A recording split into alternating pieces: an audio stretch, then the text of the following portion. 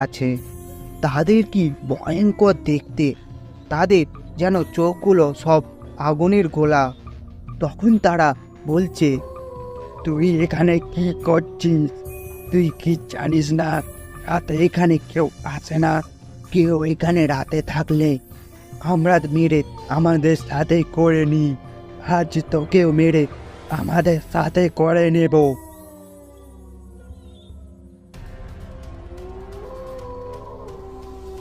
তারপরে দেখি যে তারা সবাই আমার দিকে এগিয়ে আসছে।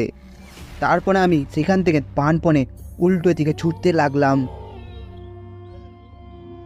ছুটতে ছুটতে একটা কিছুতে ধাক্কা খেয়ে আমি অজ্ঞান হয়ে যাই।